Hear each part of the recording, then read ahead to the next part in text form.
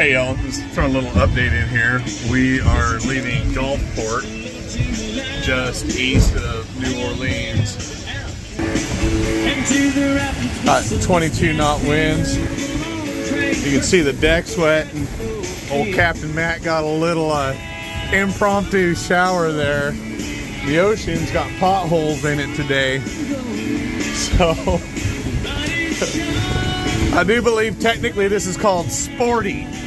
It's a bit sporty today.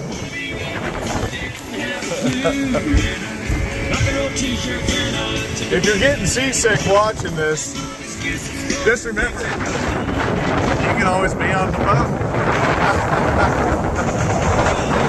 But we're on sail only,